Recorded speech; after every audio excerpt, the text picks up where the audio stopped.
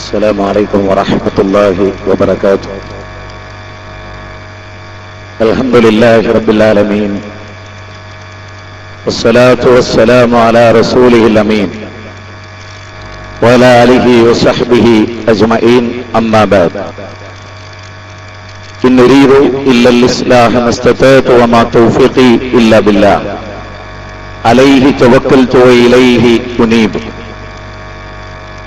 رب اشرح لي صدري ويسر لي أمري واحلل عقدة من لساني يفقهوا قولي. أعوذ بالله من الشيطان الرجيم. بسم الله الرحمن الرحيم.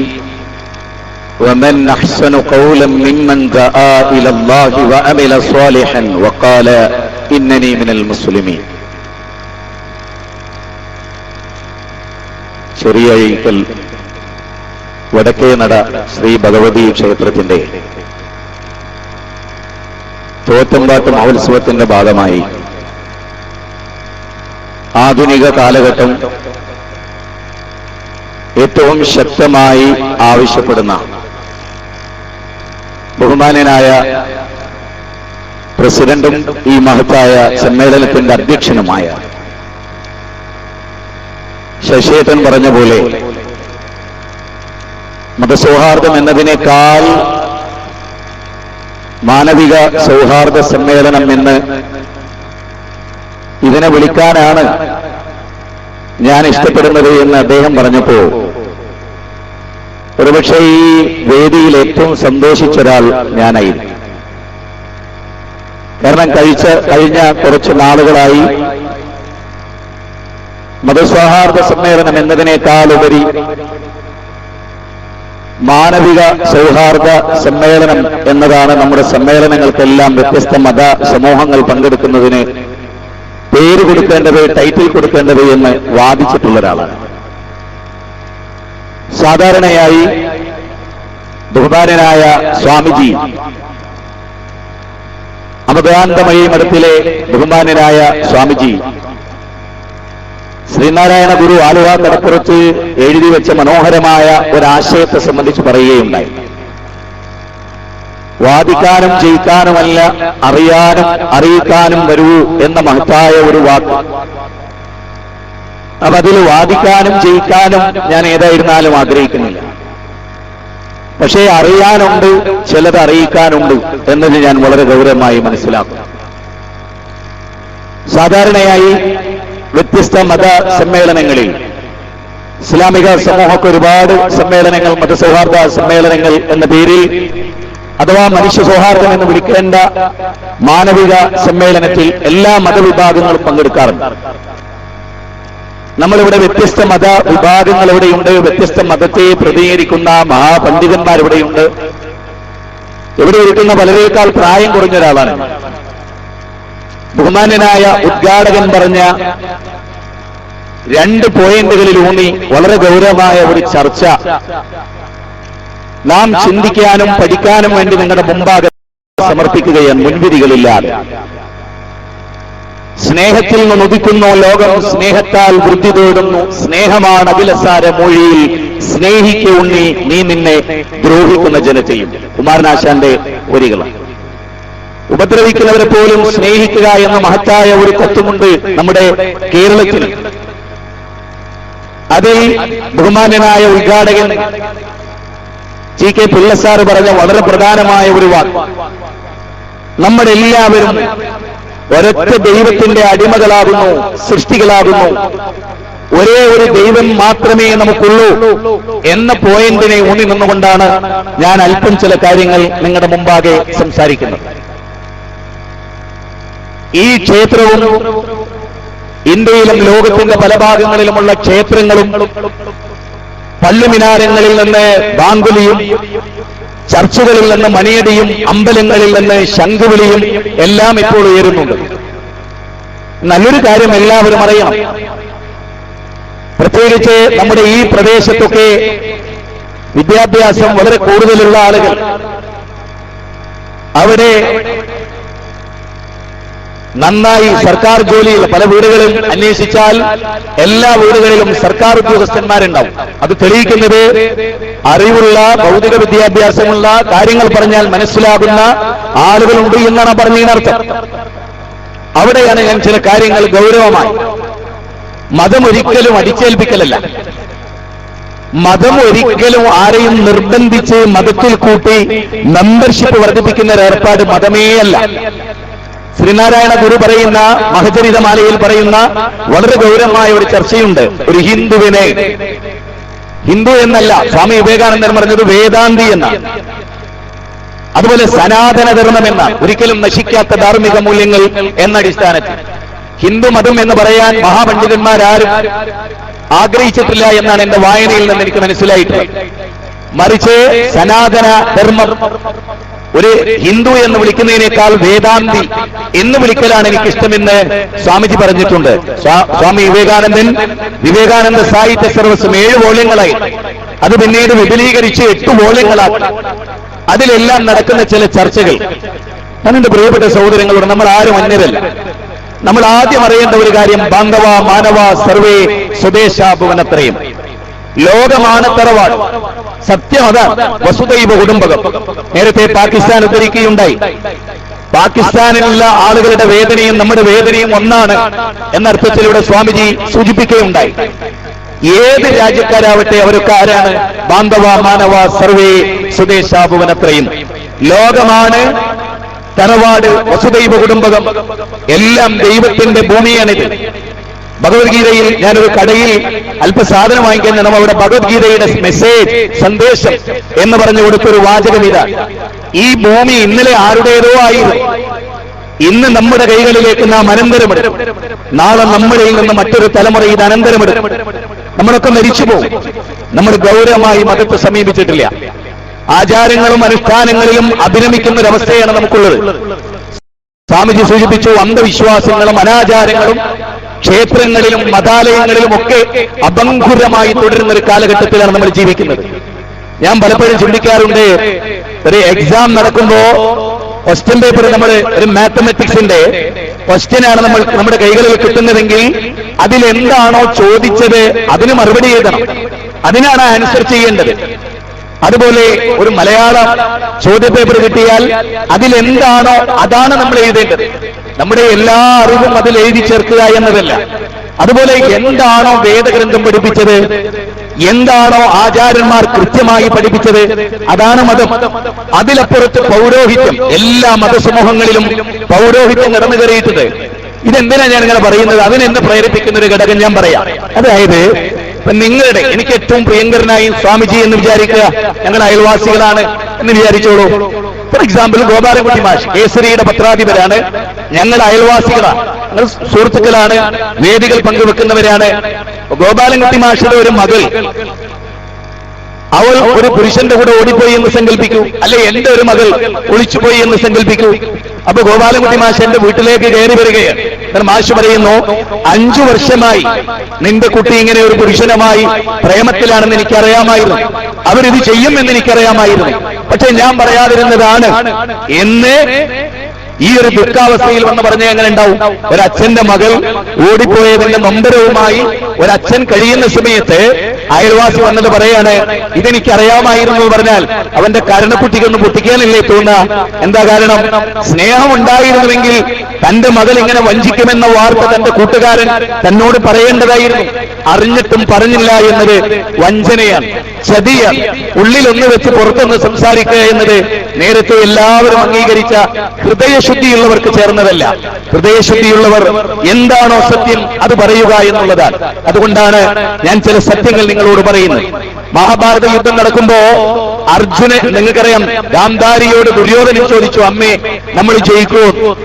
ഗാന്ധാരി പറഞ്ഞത്, യഥോ ധർമ്മസ്ഥതോ ജയ, എവിടെ ധർമ്മമുണ്ടോ അവിടെ വിജയിക്കണം. നമ്മുടെ ഹൈക്കോടതിയുടെ ആർച്ചിൽ എഴുതി വെച്ചൊരു വാചകമുണ്ട്, സത്യമേവ ജയതേ, സത്യമേവ ജയതേ,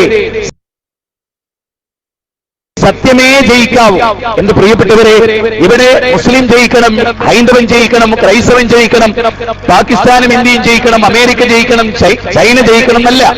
സത്യം ആരുടെ കൂടെയാണോ അത് ജയിക്കണം. സത്യം എവിടെയാണോ അത് വിജയിക്കണം. സത്യം എന്താണോ അവിടെ എത്തണം. നിങ്ങൾക്കറിയാം, ശ്രീമദ് ഭഗവത്ഗീത 18 അധ്യായമാണ്. ഭീഷ്മപർവം മുതലാണ് അത് ആരംഭിക്കുന്നത്. ഭഗവത്ഗീതയിലെ 25-ാം അധ്യായം മുതൽ 42 വരെ നീണ്ടുകിടക്കുന്ന ഭഗവത്ഗീത, അതിലെ 4-ാം അധ്യായത്തിലെ 7-8 ശ്ലോകങ്ങൾ, സൂക്തങ്ങൾ ഇങ്ങനെയാണ്. യഥാ യഥാ ഹി ധർമ്മസ്യ ഗ്ലാനിർഭവതി ഭാരത അഭ്യുത്ഥാനമധർമ്മസ്യം തദാത്മാനം സൃജമ്യഹം പരിത്രാണായ സാധൂനാം വിനാശായ ച കൃതാം ധർമ്മസംസ്ഥാപനാർത്ഥായ സംഭവാമി യുഗേ യുഗേ. ധർമ്മത്തിന് ചുതി സംഭവിക്കുമ്പോ, അധർമ്മം കൊടികുത്തി വാഴുമ്പോ ധർമ്മത്തിന്റെ സംസ്ഥാപനത്തിന് വേണ്ടി യുഗങ്ങൾ തോറും അർജുന ഞാൻ അവതരിക്കുന്നു എന്നാണ്. ഇസ്ലാമിൽ ചെറിയൊരു വ്യത്യാസമുണ്ട്. ഇസ്ലാമിലെ ഒരു പ്രത്യേകത, ഒരു മനുഷ്യൻ ഒരു നാട്ടിൽ ജനിക്കും. അയാളെ എല്ലാവർക്കും അറിയാം. അയാൾ ആ നാട്ടിൽ മറ്റൊരു അച്ഛന്റെ അമ്മയുടെ മകനെ, അച്ഛനും അമ്മയ്ക്കും ജനിച്ച ഒരു കുഞ്ഞിനെ പോലെ ആമിനയുടെ അബ്ദുള്ളയുടെ മകനായി ജനിച്ചു. എന്നിട്ട് അവർക്കിടയിൽ വളർന്നു, ഒരു തിന്മയും ചെയ്യാതെ വളർന്നു, അവർക്കിടയിൽ മാതൃകയായി. അദ്ദേഹം പ്രവാചകനാകുമ്പോഴുള്ള മെച്ചം അദ്ദേഹത്തെ അവർക്കറിയാം. അദ്ദേഹത്തിന്റെ എല്ലാ അവസ്ഥകളും അറിയാം. അദ്ദേഹം ആ നാട്ടിൽ ജീവിച്ചിട്ടും ആ നാട്ടിലെ ഒരു തിന്മയിലും അദ്ദേഹം പങ്കെടുത്തില്ല. അതുകൊണ്ട് തന്നെ അദ്ദേഹം പറയുന്നതിന് മുകളിലേക്കെടുക്കേണ്ടതുണ്ട് എന്ന വിശ്വാസം. അതുകൊണ്ടാണ് അവിടെ അവതാര സങ്കല്പമല്ല, പ്രവാചകന്മാരാണ് ഇസ്ലാമിലുള്ളത്. പ്രവാചകന്മാർ ഓരോ കാലഘട്ടത്തിൽ പ്രവാചകന്മാർ വരും. അവരാണ് സനാതന മൂല്യങ്ങൾ പഠിപ്പിക്കുക. അതിന് ശ്രുതികൾ, സ്മൃതികൾ എന്നാണ് ഹൈന്ദവ വേദഗ്രന്ഥങ്ങളിൽ നമ്മൾ രണ്ടാക്കി തിരിച്ചു പഠിക്കുന്നത്. എന്താണ് ശ്രുതി, എന്താണ് സ്മൃതി? ശ്രുതി എന്ന് പറഞ്ഞാൽ ശ്രവിക്കപ്പെട്ടത് എന്നാണ്. ദൈവത്തിങ്കൽ നിന്ന് മാലാകമാർ മുഖാന്തരം ഋഷീശ്വരന്മാർക്ക് നൽകിയ കൃത്യമായ ദൈവപ്രോക്ത ആശയങ്ങൾ, അതാണ് ശ്രുതി. എന്താണ് സ്മൃതി? ആചാര്യന്മാരുടെ ഓർമ്മകളിൽ നിന്ന് അവർ നമുക്ക് പകർന്നു തന്ന മൊഴിമുത്തുകളെയാണ് യഥാർത്ഥത്തിൽ സ്മൃതികൾ എന്ന് പറയാം. നമുക്കറിയാം, വേദങ്ങൾ, ചതുർവേദം, ഋഗ്വേദം, സാമവേദം, അഥർവവേദം, യജുർവേദം, ചതുർവേദം. ഈ ചതുർവേദങ്ങൾക്ക് പുറമെ 108 സുപ്രധാനമായ ഉപനിഷത്തുക്കൾ, അതിൽ സവിശേഷമാക്കപ്പെട്ട ദശോപനിഷത്തുക്കൾ, ഇതെല്ലാം ഉണ്ട്. ഞാൻ വിനീതമായി ചോദിക്കാൻ, വളരെ മതസൗഹാർദ്ദവും മാനവിക സൗഹാർദ്ദവും ഒക്കെ മാറ്റിവെച്ചിട്ട് തന്നെ, ഈ ചർച്ചകളൊക്കെ മാറ്റിവെച്ചിട്ട് മനുഷ്യരൊന്നാകാൻ, മനുഷ്യർക്കിടയിൽ പ്രശ്നമില്ലാതിരിക്കാൻ കേവല സുഖിപ്പിക്കുന്ന വാക്കുകൾക്കപ്പുറത്ത് ദൈവം അവതരിപ്പിച്ച കൃത്യമായ വല്ല ദർശനവും ലോകത്തുണ്ടോ? എനിക്കും നിങ്ങൾക്കും തമ്മിത്തല്ലാത്ത, കഴുത്തറുക്കാത്ത, പരസ്പരം സ്നേഹിക്കാൻ കഴിയുന്ന, ആലിംഗനം ചെയ്യാൻ കഴിയുന്ന, കെട്ടിപ്പിടിക്കാൻ കഴിയുന്ന, ഒന്നാകാൻ കഴിയുന്ന ഒരാൾ നടന്നു പോകുമ്പോൾ അവനെക്കുറിച്ച് ഒരു ശത്രുതയുമില്ലാത്ത മനസ്സുണ്ടാക്കാൻ ദൈവം ശരിക്കും ഇവിടെ വല്ലതും അവതരിപ്പിച്ചിട്ടുണ്ടോ? മനുഷ്യാചാര്യന്മാരല്ലാത്ത, പണ്ഡിതന്മാരല്ലാത്ത ദൈവത്തിങ്കിൽ നിന്ന് കൃത്യമായി അവതരിപ്പിക്കപ്പെട്ട വചനങ്ങളുണ്ടോ? ഉണ്ടോ? സ്വാമി വിവേകാനന്ദൻ ചതുർവേദങ്ങളെ, ഉപനിഷത്തുക്കളെ പാർത്തോട്ടിലും നമുക്കറിയാലോ. പിന്നെ സ്വാമി ദയാനന്ദ സരസ്വതി ആര്യ സമാജത്തിന്റെ സ്ഥാപകനാണ്. ലൈറ്റ് ഓഫ് ട്രൂത്ത് അദ്ദേഹത്തിന്റെ വിഖ്യാതമായ ഗ്രന്ഥമാണ്. ഇതെല്ലാം വായിക്കുമ്പോൾ നമുക്ക് കിട്ടുന്ന വളരെ സവിസ്തരമായ ഒരു ചർച്ചയുണ്ട്. അതിൽ ഞാൻ നമ്മുടെ ഉദ്ഘാടകൻ 88 വയസ്സുള്ള ഇപ്പോഴും ആരോഗ്യവാനായ ആ ഉദ്ഘാടകൻ, അദ്ദേഹം പറഞ്ഞ മദ്യപാനവുമായി ബന്ധപ്പെട്ട് ഞാൻ അവസാനം വരും. സുഹൃത്തുക്കളെ, വളരെ പ്രധാനമാണ് ഒറ്റ ദൈവമേ ഉള്ളൂ എന്ന വിശ്വാസം. ഇവിടെ ഈ കരുനാഗപ്പള്ളിയിലും നമ്മുടെ ഓച്ചിറ ക്ഷേത്രത്തിലും ഇവിടെ പരിസരത്തുള്ള പല ക്ഷേത്രങ്ങളിലും എനിക്ക് പ്രസംഗിക്കാൻ അവസരങ്ങൾ ഉണ്ടായിട്ടുണ്ട്. പല ബഹുമത സമ്മേളനങ്ങളിൽ ലോകാടിസ്ഥാനത്തിൽ പല സ്ഥലങ്ങളിലും പങ്കെടുക്കാൻ ഈ കാലയളവിൽ പടച്ചവന്റെ അനുഗ്രഹത്താൽ എനിക്ക് സാധിച്ചു. ഞാൻ മനസ്സ് തട്ടി ചോദിക്കാൻ, ആ ഒരൊറ്റ ദൈവമേ ഉള്ളുവെങ്കിൽ, അവന്റെ സൃഷ്ടികളാണ് ഇവിടെയുള്ള എല്ലാവരുമെങ്കിൽ, ആ ദൈവത്തെ മാത്രം ആരാധിക്കുക എന്നത് എന്തുകൊണ്ട് പത്യമല്ലാതെ പോയി? എന്തുകൊണ്ട് മാനവ സമൂഹത്തിന് സ്വീകാര്യമല്ലാതെ പോയി? ഹിന്ദുവിനെയും മുസ്ലിമിനെയും ക്രിസ്ത്യാനിയെയും ജൈനനെയും ബൗദ്ധനെയും മതമുള്ളവനെയും ഇല്ലാത്തവനെയും എല്ലാറ്റിനെയും സൃഷ്ടിച്ചതാ. അപ്പൊ നമുക്കിവിടെ താൽക്കാലികം ബുദ്ധിമുട്ടുണ്ടാക്കുന്നുണ്ടെങ്കിലും ഈ പ്രാണികളെയൊക്കെ സൃഷ്ടിച്ചൊരാളുണ്ടല്ലോ, അതാണ്. ആ സൃഷ്ടാവിനെ ആരാധിച്ചാൽ നമുക്കിടയിൽ പ്രശ്നം അവസാനിക്കും എന്ന് ലോകത്തിന്റെ ചരിത്രം നമ്മളെ പഠിപ്പിക്കും. അതിൽ നിന്ന് വ്യത്യാസം വന്ന കാലഘട്ടങ്ങളിലെല്ലാം, അതിൽ നിന്ന് അഭിപ്രായ ഭിന്നതകൾ വന്ന കാലഘട്ടത്തിലെല്ലാം മനുഷ്യർക്കിടയിൽ വിഭാഗീയതകൾ ഉണ്ടായിട്ടുണ്ട്. വിശുദ്ധ ഖുർആൻ, ഒടുവിലത്തെ ഗ്രന്ഥമായ ദൈവിക ഗ്രന്ഥമായ വിശുദ്ധ ഖുർആൻ, അതിന്റെ 2-ാം അധ്യായം 213-ാമത്തെ സൂക്തത്തിൽ പറയുന്ന ഒരു കാര്യം ഞാൻ നിങ്ങളുടെ ശ്രദ്ധയിൽപ്പെടുത്തുകയാണ്. ബിസ്മില്ലാഹിർ റഹ്മാനിർ റഹീം കാന الناس أمة واحدة فبعث الله النبيين ومبشرين ومنذرين وأنزل معهم الكتاب بالحق ليحكم بين الناس فيما اختلفوا فيه. അതിന്റെ അർത്ഥം എന്താണെന്നറിയോ? മനുഷ്യ സമുദായം ഒരച്ഛന്റെയും അമ്മയുടെയും മക്കളായി. ഒരച്ഛനമ്മമാർക്ക് പിറന്ന മക്കൾ ഓർത്താൽ ഒരൊറ്റത്തറ വാട്ടുകാർ നാം നാഥന്റെ മുറ്റത്ത് വിരിഞ്ഞു നിൽക്കും തന്മുന്തിരിക്കൊത്ത മനുഷ്യവർഗം. ഒരച്ഛന്റെ അമ്മയുടെ മക്കളായിരുന്നു നമ്മളെല്ലാം. എന്നിട്ട് ഖുർആൻ പറയാണ്, പിന്നീട് അവർ വ്യത്യസ്ത ദിക്കുകളിൽ താമസിക്കുകയും വ്യത്യസ്തരായി തീരുകയും അവർ പ്രകൃതിയെ ആരാധിക്കാൻ തുടങ്ങുകയും ചെയ്തു. സൃഷ്ടിജാലങ്ങളെ. യഥാർത്ഥത്തിൽ വേദഗ്രന്ഥം പറയണമെന്നറിയും, സൃഷ്ടി പഠനത്തിലൂടെ സൃഷ്ടാവിലേക്ക് എത്തുന്നതിലേക്ക് നാം എത്തുന്നത്. ഞാനൊരു ഉദാഹരണം പറയാം. സ്വാമിജി പറഞ്ഞ ഒരേ പോയിന്റിൽ നിന്നുകൊണ്ട് ഞാൻ ആ വിഷയം, ആൽമരം ഔഷധ ചെടിയാണ്, യാതൊരു സംശയകാര്യത്തിൽ ആർക്കും വേണ്ട. ആൽമരത്തിൽ നിന്ന് രാത്രിയിൽ നമുക്ക് ഓക്സിജൻ ലഭിക്കുന്നു. അതിന്റെ ചുവട്ടിൽ സ്ഥിരമായിരുന്നാൽ ആരോഗ്യം ഉണ്ടാവും. പക്ഷേ ആൽമരം ഓക്സിജൻ നൽകുന്നു എന്നതുകൊണ്ടോ ആൽമരം ഔഷധ ചെടിയാണെന്ന് ുകൊണ്ടോ അതിനെ ആരാധിക്കാൻ പറ്റില്ല. എന്താ കാരണം? അതിന് ആ കഴിവ് കൊടുത്തൊരു സൃഷ്ടാവ് ഇവിടെയുണ്ട്. വളരെ പ്രധാനമായ ഒരു പോയിന്റ്. ONV കുറിപ്പ് കവിത രചിക്കുന്നു, ഭൂമിക്കൊരു ചരമഗീതം. ഭൂമിക്കൊരു ചരമഗീതം എന്ന കവിതക്കല്ല അവാർഡ്, ONV കുറിപ്പ് എന്ന പ്രതിഭക്കാണ് അവാർഡ്. കാനായി കുഞ്ഞിരാമൻ ഒരു പ്രതിമ നിർമ്മിച്ചാൽ പ്രതിമയുടെ കഴുത്തിലല്ല നമ്മൾ മാലയാർക്കുന്നത്, കാനായി കുഞ്ഞിരാമന. യേശുദാസ് ഒരു ഗാനം ആലപിച്ചാൽ യേശുദാസിലെ പ്രതിഭക്കാണ് അവാർഡ്. അതുപോലെ തന്നെയാണ് ഒരു പന്നീർ പുഷ്പത്തെ കണ്ടാൽ അതിനെ സൃഷ്ടിച്ച സിട്ടാവനെയാണ് ഓർമ്മ വരേണ്ടത്. ഏതുപോലെ ആ സ്വാമി ദയാനന്ദ സരസ്വതി സത്യാർത്ഥ പ്രകാശത്തിൽ ഒരു ചോദ്യത്തിന് മറുപടി പറയുന്നിടത്ത് പറയുന്നു, ബിംബാരാധനയുമായി ബന്ധപ്പെട്ട ഒരു ചോദ്യത്തിന് സ്വാമിജി നൽകുന്ന മറുപടി, ദൈവത്തിലേക്ക് എത്താൻ ബിംബത്തെ വേണമെന്ന് ഒരു ചോദ്യകർത്താവ് ചോദിക്കുന്നു. അതിന് സ്വാമിജിയുടെ മറുപടി, നിനക്കൊരു പുഷ്പത്തെ കാണുമ്പോ ദൈവത്തെ ഓർക്കാൻ അതുവഴി സാധിക്കുന്നുണ്ടോ? നിനക്കൊരു മരത്തെ കാണുമ്പോൾ ദൈവത്തെ ഓർക്കാൻ സാധിക്കുന്നുണ്ടോ? നിനക്കൊരു നദി കാണുമ്പോൾ ദൈവത്തെ ഓർക്കാൻ സാധിക്കുന്നുണ്ടോ? എങ്കിൽ പ്രതിമ ആവശ്യമില്ല. ദൈവത്തെ നേരിട്ട് ഓർക്കാൻ, നിന്റെ ഹൃദയത്തിൽ ദൈവത്തെ പ്രതിഷ്ഠിക്കാൻ നിനക്കിതിന്റെ ആവശ്യമില്ല എന്ന് സ്വാമിജി ലൈറ്റ് ഓഫ് ട്രൂത്തിന്റെ വിവിധ പേജുകളിൽ, നിങ്ങൾക്കറിയാം, അതിന്റെ 12ാമത്തെ പേജ്, 13ാമത്തെ പേജ്, അതിന്റെ 32ാമത്തെ പേജ്, അതിന്റെ 515ാമത്തെ പേജ് പരിശോധിച്ചാൽ നിങ്ങൾക്കിത് മനസ്സിലാവും. ഞാൻ പറയുന്നത്, ലോകത്തെ മുഴുവനും സൃഷ്ടിച്ച, സൂര്യനെ സൃഷ്ടിച്ച, ചന്ദ്രനെ സൃഷ്ടിച്ച, എല്ലാറ്റിനെയും സംവിധാനിച്ച ഒരു സൃഷ്ടാവുണ്ടെന്ന് എല്ലാവരും ഒരേ സ്വരത്തിൽ പറയും. എങ്കിൽ ആ സൃഷ്ടാവിനെ മാത്രം ആരാധിക്കാൻ വേദം പറഞ്ഞിട്ടുണ്ടോ മാധവ? വേദം പറഞ്ഞിട്ടുണ്ടോ സുരേന്ദ്ര? വേദം പറഞ്ഞിട്ടുണ്ടോ എല്ലമ്മേ? വേദം പറഞ്ഞിട്ടുണ്ടോ ആമിന? ഇത് പഠിക്കാൻ സാധിക്കാത്തത് കൊണ്ടാണ്. നിങ്ങൾ നോക്കൂ, ബഹുമാനനായ ഫാദർ ഇവിടെ ഇരിക്കുന്നു. ബൈബിളിൽ ഞാനിപ്പോ മണിമല ക്ഷേത്രത്തിൽ കഴിഞ്ഞ ആഴ്ച അവിടെ ഞാൻ ഫാദറിനോട് എല്ലാവരോടും, സ്വാമിജി ഉണ്ടായിരുന്നു അന്ന് കേരളത്തിലെ മിക്ക ക്ഷേത്രങ്ങളുടെയും കോർഡിനേറ്ററായ ഒരു സ്വാമിജി ഉണ്ടായിരുന്നു. വളരെ പ്രധാനമായ ഒരു പോയിന്റാണ്. അപ്പൊ നിങ്ങൾ എല്ലാവരും ചിന്തിച്ചോളൂ, എല്ലാവർക്കും ചിന്തിക്കാൻ പറ്റിയ ഒരു പോയിന്റ്. മുഹമ്മദ് നബി മുസ്ലിങ്ങളുടെ പ്രവാചകനാണ് എന്ന് പറയാം. ലോകത്തിന്റെ പ്രവാചകനായ മുഹമ്മദ് നബി ജനിക്കുമ്പോ അദ്ദേഹം ആമിനയുടെയും അബ്ദുള്ളയുടെയും മകനായി ഒരു തിങ്കളാഴ്ച പ്രഭാതത്തിലാണ് ജനിക്കുന്നത്. ഈ തിങ്കളാഴ്ച പ്രഭാതത്തിൽ ജനിക്കുമ്പോൾ എന്റെ പ്രിയപ്പെട്ടവരെ, അന്ന് രാവും പകലും ഉണ്ടായി. അന്ന് സൂര്യനുണ്ട്, ചന്ദ്രനുണ്ട്, നക്ഷത്രങ്ങളുണ്ട്, ആകാശമുണ്ട്, കാട്ടാറുകളുണ്ട്, കാനനങ്ങളുണ്ട്. ശരി, അതിനെ ആരാ സൃഷ്ടിച്ചത്? മുഹമ്മദ് നബി ജനിച്ചിട്ട് പോലുമില്ല. അക്കാലത്ത് ഇതൊക്കെയുണ്ട്. ആരിതിനെ സംവിധാനിച്ചു? യേശു ക്രിസ്തു ജനിക്കുന്നതിന് മുമ്പ് കന്യാമറിയമുണ്ട്. കന്യാമറിയമിന്റെ മാതാപിതാക്കളുണ്ട്. അതിനു മുമ്പ് കഴിഞ്ഞു പോയ പ്രവാചകന്മാരുണ്ട്, ഒരുപാട് പ്രവാചകന്മാർ. അവർ വായു ശ്വസിച്ചു, വെള്ളം കുടിച്ചു, അവർ ഈ ഭൂമിയിൽ ജീവിച്ചു. സൂര്യന്റെ കിരണങ്ങൾ ഏറ്റുവാങ്ങി, ചന്ദ്രന്റെ നിലാവലകൾ ഏറ്റുവാങ്ങി. ഞാൻ ചോദിക്കുന്നത്, ആരത് നൽകി? അപ്പോൾ ഈ ലോകത്തെ നിയന്ത്രിച്ച ശക്തിയാണ്. ആ ശക്തിയാണ് അറബിയിൽ അള്ളാഹു എന്ന് പറയുന്നത്. അപ്പോ അള്ളാഹു എന്ന് ഞാൻ എപ്പോഴൊക്കെ ഉച്ചരിക്കുന്നുവോ അവിടെയെല്ലാം നമ്മൾ മനസ്സിലാക്കേണ്ടത് ലോകത്തിന്റെ സൃഷ്ടാവ്. ഹിരണ്യഗർഭഃ സമവർത്തദാഗ്രേ ഭൂതസ്യജാത പതിരേക ആസീത് സദാധാര പൃഥ്വിയും വ്യാമുദേവായ കശ്മൈ ദേവായ ഹവിഷാവിദേമ. ഋഗ്വേദത്തിന്റെ 10ാം മണ്ഡലം, 10 മണ്ഡലങ്ങളാണ് ഋഗ്വേദത്തിനുള്ളത്.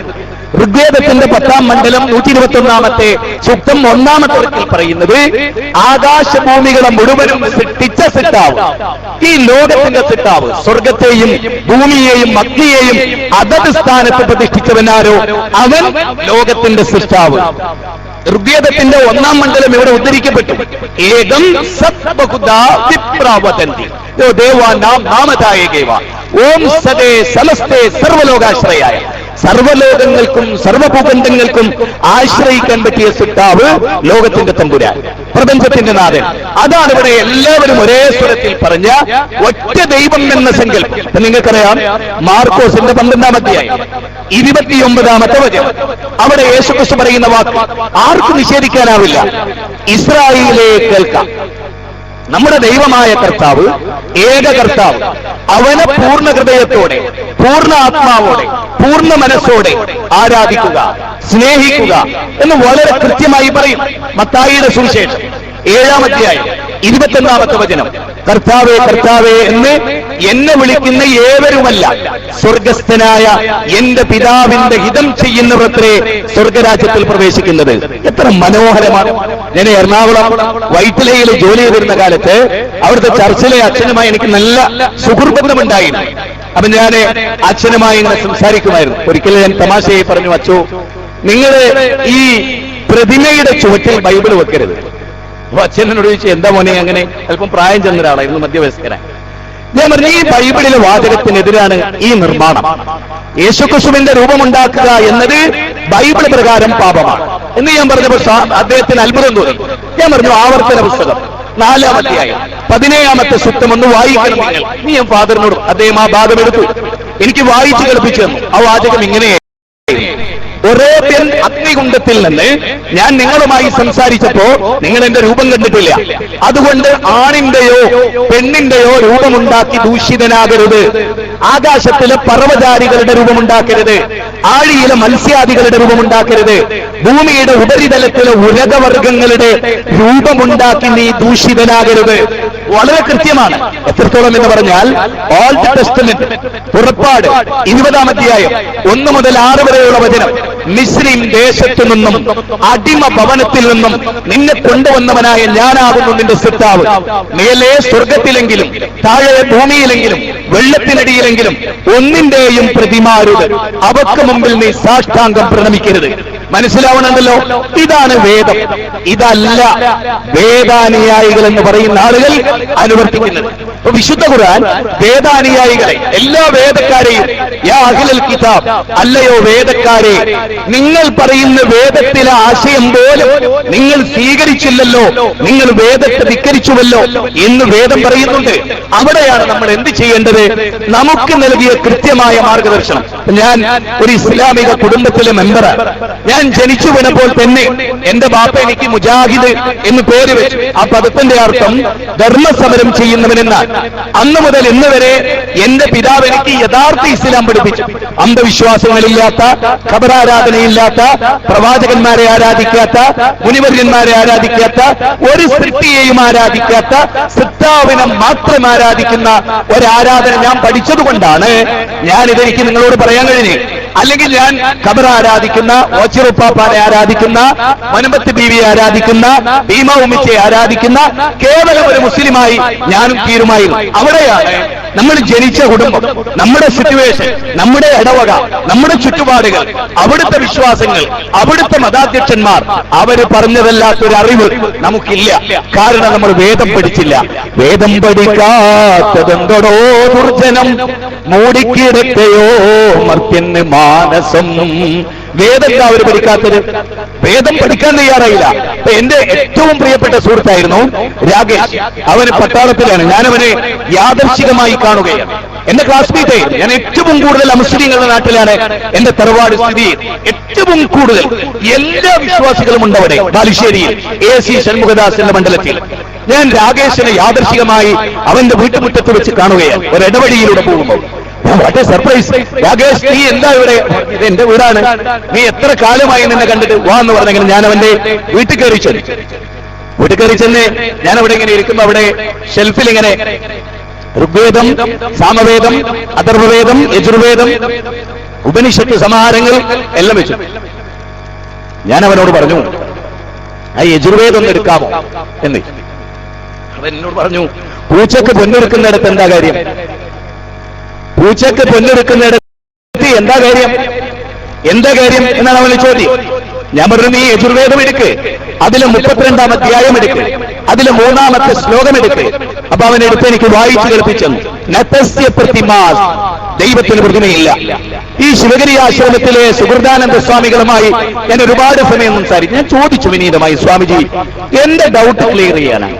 ഹിന്ദു വേദഗ്രന്ഥത്തിൽ, ഹൈന്ദവ വേദഗ്രന്ഥത്തിൽ ബിംബാരാധനയുണ്ടോ? സ്വാമിജി പറഞ്ഞു ഇല്ല.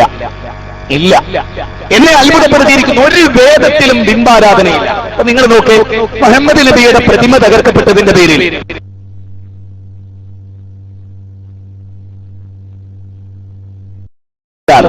മനുഷ്യർക്ക് വേണ്ടി സൂര്യനും ചന്ദ്രനും ഉണ്ടെങ്കിൽ ആ സൂര്യനെയും ചന്ദ്രനെയും പടച്ച തമ്പുരാൻ ഒരു മതം അവതരിപ്പിച്ചു. പഠിക്കാൻ തയ്യാറുണ്ടോ എന്നാണ് എന്റെ ചോദ്യം. വാദിക്കാനും ജയിക്കാനുമല്ല, അറിയിക്കാനും വരൂ എന്ന് ഞാൻ പറയും. തമീശ്വരാണം പരമം മഹേശ്വരാം താം ദേവതാനാം പരമം ച ദൈവതം പതീം പതീന പരമം പരസ്താത് പിതാമദേവം ഭുവനേശ്വമേത്തിൽ എന്ന ശ്വേതോപനിഷത്തിലെ ശ്ലോകമാണ്. എന്താ അതിന്റെ അർത്ഥം? നിങ്ങൾ ആരാധിക്കുന്ന ഈ ആരാധ്യന്മാരൊന്നുമല്ല യഥാർത്ഥ ആരാധ്യൻ. അവരുടെയൊക്കെ പരമാരാധ്യനായ സകല ശാസകന്മാരുടെയും ശാസകനായ സാക്ഷാൽ പ്രപഞ്ചത്തിന്റെ നാഥൻ കെ പരമേശ്വരൻ പിള്ള ഹിന്ദുധർമ്മ പരിചയം എന്ന് പറഞ്ഞൊരു പുസ്തകമേ. ആ പുസ്തകത്തിന്റെ 21-ാമത്തെ അധ്യായം, ഒന്നോ പലതോ എന്നാണ് അദ്ദേഹത്തിന്റെ പേര്. 148-ാമത്തെ പേജ്, 3-ാമത്തെ പാരഗ്രാഫ്. അതിൽ പറയുന്നത്, ഒരു ദേവിക്കും ഒരു ദേവനും സ്വന്തമായി കഴിവില്ല. ഒരു പുൽക്കൊടി നീക്കണമെങ്കിൽ പോലും സാക്ഷാൽ പടച്ചവനിൽ നിന്ന്, അള്ളാഹുവിൽ നിന്ന് കഴിവ് ലഭിക്കണമെന്ന് പറയുന്നത്. ഞാൻ ചോദിക്കുന്നു, എല്ലാവരും മനസ്സ് തട്ടി ചോദിക്കുന്നു, എങ്കിൽ ആ കഴിവ് കൊടുക്കുന്ന സാക്ഷാൽ അള്ളാഹുവിനെ ആരാധിച്ച പോരെ നമുക്ക്? മൊയ്തീൻ ശേഖനെ വിളിക്കുന്ന, ഭീമവുമിച്ചയെ വിളിക്കുന്ന മുസ്ലിങ്ങൾ പറയുന്ന എന്താണെന്നറിയോ നിങ്ങൾക്ക്? കെ പരമേശ്വരൻ പിള്ള പറഞ്ഞ ഇതേ വാക്ക്. മൊയ്തീൻ ശേഖനാവട്ടെ, ഭീമവുമിച്ചക്കാവട്ടെ, അമ്പിയാക്കൾക്കാവട്ടെ ഒരു കഴിവുമില്ല സാക്ഷാൽ പടച്ചോൻ കഴിവ് കൊടുത്തിട്ടല്ലാതെ. ഇത് തന്നെയായിരുന്നു പ്രവാചകന്റെ പ്രബോധിത സമൂഹം പറഞ്ഞു. അവൻ നമുക്കെല്ലാം അത് തിരുത്തി ഇങ്ങനെയാക്കാം. എല്ലാ കഴിവിന്റെ ഉടമയുമായ സാക്ഷാൽ പ്രപഞ്ചനാഥനോട് നമുക്ക് എന്തുകൊണ്ട് പ്രാർത്ഥിച്ചുകൂടാ? നമുക്ക് എന്തുകൊണ്ട് ആരാധിച്ചുകൂടാ? എല്ലാ മനുഷ്യരും, വിശുദ്ധ ഖുർആൻ ഏറ്റവും ഒടുവിലത്തെ അധ്യായം 114-ാം അധ്യായം, ആ അധ്യായം പറയുന്നറിയോ? ഖുൽ അഊദു ബിറബ്ബിൻ നാസ്, പറയുക മനുഷ്യരുടെ റബ്ബിനോട്, മനുഷ്യരുടെ രക്ഷകനോട്. നേരത്തെ അരയാൽക്കുരുവിനെ പറ്റി പറഞ്ഞാണ് എനിക്കത് പെട്ടെന്ന് കത്തിക്കേറിയത്. ഒരു അരയാൽക്കുരു, വെളുത്ത ഏറ്റവും ചെറിയ കുരു, അത് വിത്തിലിട്ട് അതിൽ നിന്നാണ് നമ്മൾ കാണുന്ന വലിയ അരയാൽ. ഈ അരയാലിന്റെ കുരുവിന്റെ ആ സ്റ്റാർട്ടിങ്ങിൽ നിന്ന് അതിന്റെ എൻഡ് വരെ അതിനെ കൊണ്ടുപോകുന്നവനെ അറബിയിൽ പറയുന്ന പേരാണ് റബ്ബ്. നിങ്ങൾക്കറിയാം, മോഹൻജദാരോ ഹാരപ്പൻ സംസ്കാരം, മോഹൻജദാരോ ഹാരപ്പൻ സംസ്കാരത്തിലെ ഉത്ഖനന ഗവേഷണ വിദഗ്ധനായ എ.ഡി. പുസൽക്കാറിന്റെ ഗവേഷണത്തിൽ പറയാണ്, അവിടെ നിന്ന്, അതായത് മോഹൻജദാരോ ഹാരപ്പയിൽ നിന്ന് കിളച്ചെടുത്ത ഒരു സ്ഥലത്തും ബിംബം കണ്ടില്ല, രൂപം കണ്ടില്ല, സ്തൂപം കണ്ടില്ല, ഒരാരാധന കഥാപാത്രത്തെയും കണ്ടില്ല. ഇത് തെളിയിക്കുന്ന അവർ നിരീശ്വരവാദികളായിരുന്നു എന്നതല്ല, അവർ രൂപമില്ലാത്ത ഏകദൈവത്തെ ആരാധിച്ചു എന്നാണ് എ.ഡി. പുസൽക്കാർ പറയും. മൗലാന ആസാദിന്റെ കൃതിയിലെ 103-ാമത്തെ പേജിൽ അദ്ദേഹം പറയാണ്, ഇതുവാൻ എന്നായിരുന്നു ദൈവത്തെ അവർ വിളിച്ചിരുന്നത്. ഇതുവാൻ എന്ന് പറഞ്ഞാൽ ഹിമവെട്ടാത്ത അക്ഷിയോട് കൂടിയവൻ എന്നാണ്. ഒരിക്കലും അടയാത്ത കണ്ണുകളോടെ മാനവ സമൂഹത്തെ തുറന്നു വീക്ഷിക്കുന്ന, ലോകത്തിലെ സകല ചലനങ്ങൾ പറയുന്ന ലോകത്തിന്റെ സൃഷ്ടാവ് റാംസസ് എന്താണ്? ഫിറൗൻ, നിങ്ങൾ കേട്ടിട്ടുണ്ടാവും. ആ ഫിറൗനിന്റെ അടുത്ത് മോസസ് പ്രവാചകൻ, 10 കമാൻഡ്മെന്റ്സിന്റെ പ്രവാചകൻ അവിടെ ചെല്ലുകയാണ്. അവിടെ ചെന്നിട്ട് അദ്ദേഹം ദൈവത്തെ പരിചയപ്പെടുത്തിയപ്പോ റാംസസ് രണ്ടാമൻ ചോദിക്കുകയാണ്, നീ പറയുന്ന ദൈവമാരാ? അതിന് മൂസാ നബി നൽകുന്ന മറുപടി എന്താ? റബ്ബുനല്ലദീ അഅതാ കുല്ല ശൈഇൻ ഖൽഖഹു സുമ്മ ഹദാ, എല്ലാ ജീവജാലങ്ങളെയും സൃഷ്ടിക്കുകയും ആ ജീവവർഗത്തിന് ആവശ്യമായ മാർഗദർശനം അതിന്റെ ജനിതക കോഡുകളിൽ നൽകുകയും ചെയ്ത ലോകത്തിന്റെ തമ്പുരാൻ. അടുത്ത മറുപടി, റബ്ബുസ് സമാവാതി വൽ അർദ് വമാ ബൈനഹുമാ ഇൻ കുൻതും മൂഖിനീൻ. എന്റെ ശാരദ ചേച്ചി ചിന്തിക്കുന്നുണ്ടാകുമെന്ന് ഞാൻ വിചാരിക്കുന്നു, ദമയന്തി ചിന്തിക്കുന്നുണ്ടാകുമെന്ന് ഞാൻ കരുതുന്നു, എന്റെ മാധവത്തിൽ ഇത് കേൾക്കുന്നുണ്ടാകുമെന്ന് ഞാൻ വിചാരിക്കുന്നു, സ്വാമിജി ഇത് കേട്ടുകൊണ്ടിരിക്കുന്നു എന്ന് ഞാൻ വിചാരിക്കുന്നു. എന്റെ പ്രിയപ്പെട്ടവരെ, ആ വാചകത്തിന് അർത്ഥമറിയുമോ? ആകാശവും ഭൂമിയും, 7 ആകാശം 7 ഭൂമി, അവക്കിടയിലുള്ളതിനെ എല്ലാം സൃഷ്ടിച്ചവൻ ആരോ അവനാണ് സാക്ഷാൽ അല്ലാഹു, അവനാണ് ആരാധ്യൻ. ഒരു പോയിന്റ് പറയാം. ഒരു ചിങ്ങമാസത്തിലെ അർദ്ധരാത്രിയിൽ ദേവകിയുടെ 8ാമത്തെ പുത്രനായിട്ടാണ് ശ്രീകൃഷ്ണൻ ജനിച്ചത്. ഞാൻ ചിന്തിക്കാൻ വേണ്ടി പറയുകയാണ്, ദേവകിയുടെ 8ാമത്തെ പുത്രനായി ശ്രീകണ്ഠൻ ജനിക്കുന്നതിന് മുമ്പ് 7 മക്കൾ ജനിച്ചു. അവരവരെ ഗർഭം ധരിച്ചു, അവർ വായു ശ്രദ്ധിച്ചു, അവർ വെള്ളം കുടിച്ചു, അവർ വിളിച്ചു പ്രാർത്ഥിച്ചൊരു ശക്തി. അതാരാ? വളരെ ഗൗരവമായി പരിശോധിക്കേണ്ടതാണ്. ലോകത്തിലെ മനുഷ്യരൊക്കെ വരുന്നതിന് മുമ്പ് തന്നെ, മനുഷ്യവാസം ഇല്ലാത്ത കാലത്ത് തന്നെ ആകാശവും ഭൂമിയും ഉണ്ടെങ്കിൽ ആ ആകാശഭൂമികളെ സൃഷ്ടിച്ചവനെയാണ് ആരാധിക്കേണ്ടത് എന്ന് ഖുർആൻ മനുഷ്യരോട് പറയും. നിങ്ങൾക്ക് ചിന്തിക്കാം, നിങ്ങൾക്ക് പഠിക്കാം. ഇത് തന്നെയാണ് വേദങ്ങൾ. തമീശ്വര നോക്കൂ, ഒരു വേദ സൂക്തമാണ് പറയുന്നത്. ത്വമേകം ശരണ്യം ത്വമേകം വരണ്യം ത്വമേകം ജഗത് കാരണം വിശ്വരൂപം ത്വമേകം ജഗത് കർത്തൃ പാത്ര പ്രകൃതേ ത്വമേകം പരം നിശ്ചലം നിർവികൽപ്പം. എന്റെ പ്രാർത്ഥനകളും മേഘനായ ദൈവമേ നിന്നോടാണ്. സുനാമി ഉണ്ടാക്കുന്നതാണ്. സുനാമിയെ എഫക്ട് ചെയ്തൊരു പ്രദേശമാണിത്. ആർക്കും നിർവചിക്കാനാവില്ല സുനാമി. ഒരാൾക്ക്, ഒരു തങ്ങൾക്കും, ഒരു നദിക്കും, ഒരു പ്രവാചകനും, ഒരു വിശ്വാചാര്യനും സുനാമി പ്രവചിക്കാൻ കഴിയില്ല. ഇനിയും വരാനിരിക്കുന്ന സുനാമി പ്രവചിക്കാൻ കഴിയില്ല. അവർക്ക് ഭാവി അറിയില്ല. ഞാൻ പലപ്പോഴും കുറ്റപ്രവൃത്തിയുമായി ബന്ധപ്പെട്ട് ചിന്തിക്കുമ്പോൾ എന്റെ മനസ്സിൽ കടന്നു വന്നിട്ടുള്ള ഒരു ചോദ്യമാണ്. സായിബാബ ഒരു പച്ചയായ ജീവകാരുണ്യ പ്രവർത്തനത്തിന്റെ മകുടോദാഹരണമായ ഒരു മനുഷ്യനായിട്ട് നിങ്ങൾ സങ്കല്പിച്ചോ? നേരെ മറിച്ച് അദ്ദേഹത്തിന്റെ കിഡ്നി വീക്കായത് അദ്ദേഹം അറിഞ്ഞില്ല. 130 ഗ്രാം ഭാരമുള്ള അദ്ദേഹത്തിന്റെ കിഡ്നി വീക്കായത് അദ്ദേഹം അറിഞ്ഞില്ല. അദ്ദേഹത്തിന്റെ ശ്വാസകോശം കേടുവന്നു അറിഞ്ഞില്ല. അനാട്ടമി പഠിച്ചവർക്കെല്ലാം അറിയാം, ആന്തരിക അവയവങ്ങൾ കംപ്ലീറ്റ് കേടുവന്നു. സ്വാമിജി എന്നെ അറിഞ്ഞിരുന്നില്ല എന്ന് പറഞ്ഞാൽ സ്വന്തം ശരീരത്തിന്റെ ഉള്ളിൽ നടക്കുന്ന മാറ്റങ്ങൾ പോലും അറിയാത്ത മനുഷ്യരെ അല്ല നമ്മൾ ആരാധിക്കുന്നത്. നമ്മുടെ സൃഷ്ടാവ്, ലോകത്തിന്റെ നാഥൻ, പ്രപഞ്ചത്തിന്റെ നാഥൻ, ദീദീവികൻ, വിരാട് പുരുഷൻ, ഹിരണ്യഗർഭൻ എന്നൊക്കെ നമ്മൾ പറയുന്ന, ഇതുവാൻ എന്ന് പറയുന്ന, വേദക്കൂൺ എന്ന് പറയുന്ന ലോകത്തിന്റെ സൃഷ്ടാവിനെ എന്ന് പറഞ്ഞാൽ, ചുരുക്കി പറഞ്ഞാൽ, കല്ലും മുള്ളും മുരടും മൂർക്കൻ പാമ്പും കാഞ്ഞിരക്കുട്ടിയും മാൽത്തറകളും മക്ബറകളും ജാറങ്ങളും പുണ്യപുഷ്പങ്ങളും മണ്ഡപങ്ങളും ശ്രീകോവിലുകളും ആൾക്കാരും, അതുപോലെ അമ്പിയാക്കളും ഔലിയാക്കളും മാലാകമാരും ജിന്നുകളും ഒന്നും ആരാധിക്കപ്പെട്ടുകൂടാ. അവരെയൊക്കെ സൃഷ്ടിച്ച സാക്ഷാൽ സൃഷ്ടാവിനെ വിശുദ്ധ ഖുർആൻ പറയുന്ന അതാണ്. ലോകത്തിൽ നിങ്ങൾ ആരാധിക്കുന്നവരൊക്കെ സൃഷ്ടികളാണ്. ഒരു ഉദാഹരണത്തോടെ ഞാനിത് വ്യക്തമാക്കാം. ഞാനിവിടെ കരുനാഗപ്പള്ളിയിലെ ഹൈവേയിൽ നിൽക്കുമെന്ന് വിചാരിച്ചോളൂ, അർദ്ധരാത്രിയിൽ. അങ്ങനെ എനിക്ക് കോഴിക്കോടേക്ക് പോകണം. ഇതുവഴി വരുന്ന പല വാഹനങ്ങൾക്കും ഞാൻ കൈകാണി. അങ്ങനെ എനിക്കൊരു ടാക്സി ഡ്രൈവർ കാറ് നിർത്തി എന്നെ എറണാകുളം വരെ അയാൾ എത്തിക്കാന്ന് പറഞ്ഞു. അങ്ങനെ എറണാകുളത്തെ ടാക്സി സ്റ്റാൻഡിൽ അയാൾ ആ വണ്ടി നിർത്തി.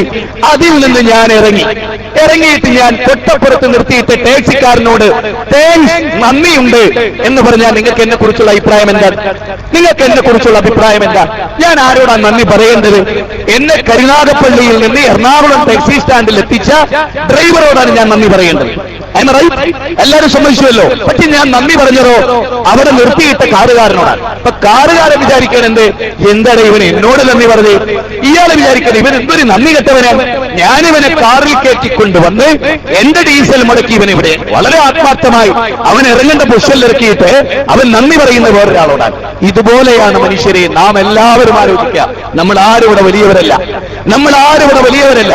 ദൈവത്തിന്റെ അടിമകളാണ് നമ്മൾ ആലോചിക്കുക. ദൈവത്തിന്റെ വായു ശ്വസിച്ച്, ദൈവത്തിന്റെ വെള്ളം കുടിച്ചതാ ഈ മന്ദമാരുതനില്ലേ പടച്ചതമ്പുരാൻ നൽകിയ, പ്രപഞ്ചത്തിന്റെ നാഥൻ നൽകിയ, ആ ദൈവം നൽകിയ ഭക്ഷണവും വെള്ളവും വായുവും അവൻ നൽകിയ കണ്ണുകൊണ്ട് കണ്ട്, അവൻ നൽകിയ കാതുകൊണ്ട് കേട്ട്, അവൻ നൽകിയ ഹൃദയം കൊണ്ട് ചിന്തിച്ച്, അവൻ നൽകിയ കൈകൊണ്ട് പിടിച്ച നാം അവന് പകരം സൃഷ്ടികളോട് നന്ദി പറയുന്ന അവസ്ഥ മാറ്റി സൃഷ്ടാവിനെ മാത്രം ആരാധിക്കുന്നതിലേക്ക് പോയാൽ മനുഷ്യ സമൂഹം ഒന്നായി. വിശുദ്ധ ഖുർആനിലെ ഒരു വാചകം ഞാൻ അവസാനിപ്പിക്കുന്ന കുറഞ്ഞ കാര്യം പറഞ്ഞു.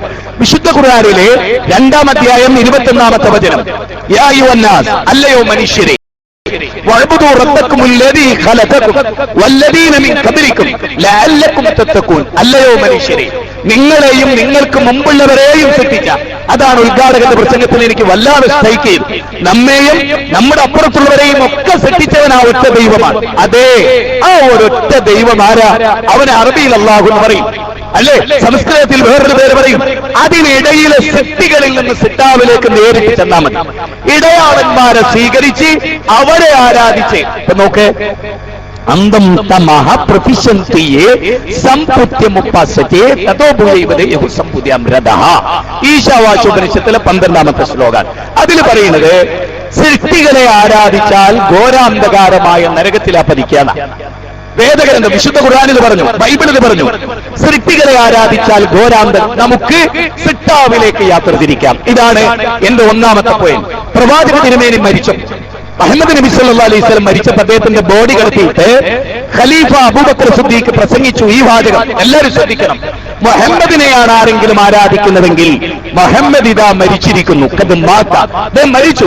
അതല്ല, എന്നെന്നും ജീവിച്ചിരിക്കുന്ന, എല്ലാം നിയന്ത്രിക്കുന്ന ലോകത്തിന്റെ അധിപതിയായ സാക്ഷാൽ പ്രപഞ്ചനാഥനെയാണോ ആരാധിക്കുന്നത്? ഹയ്യുൽ ലാ യമൂത്ത്, അവൻ ഒരിക്കലും മരിക്കുകയില്ല. നമ്മളെക്കാൾ മുമ്പ് മരിച്ചു പോകാൻ നമ്മുടെ ആരാധ്യന്മാർ, മനുഷ്യൻ നമ്മൾ ആരാധിക്കുന്ന ഭക്തരെക്കാൾ മുമ്പ് മരിച്ചു പോവുക. ആ അവസ്ഥ എന്താ? ഇനി ആരാധിക്കുന്ന ദൈവം നമ്മൾ ആരാധനാ കഥാപാത്രമായി കാണുന്നവർ ജനിക്കുന്നതിന് മുമ്പ് നമ്മൾ ജനിക്കുക, ഇതെല്ലാം നമ്മൾക്ക് ചിന്തിക്കേണ്ടതാണ്. അതുകൊണ്ട് ഒരു വളരെ പ്രധാനമായ പോയിന്റ്, ഇപ്പൊ ഞാൻ മെനയാതെ ട്രെയിനിൽ യാത്ര ചെയ്യുമ്പോൾ ഒരു ക്രിസ്ത്യാനി സഹോദരനെ പരിചയം, ഞങ്ങൾ നല്ല സുഹൃത്തുക്കളായി. ഞാൻ അദ്ദേഹത്തോട് ചോദിച്ചു, യേശുക്രിസ്തു കുരിശിലേറി എന്ന് നിങ്ങൾ വിശ്വസിക്കുന്നുവല്ലേ? അതെ. ശരി, എപ്പോഴാ കുരിശിലേറിയത്? വെള്ളിയാഴ്ച. എപ്പോഴാ ഉയർത്തെഴുന്നേറ്റത്? ഞായറാഴ്ചയാണ്. ശരി, വെള്ളിയാഴ്ച കുരിശിലേറി, കുരിശിൽ കിടന്നതേ മരിച്ചു, കലവറിയിൽ കിടന്നതേ മരിച്ചു. ഞായറാഴ്ച ഉയർത്തെഴുന്നേറ്റു. അപ്പൊ വെള്ളിയാഴ്ച കുരിശിലേറി, അത് ശനിയാഴ്ച ഉണ്ടായി, ഞായറാഴ്ച ഉണ്ടായി. അപ്പൊ യേശുക്രിസ്തു അല്ല രാവും പകലും ഉണ്ടാക്കണമെന്ന് ഉറപ്പായി.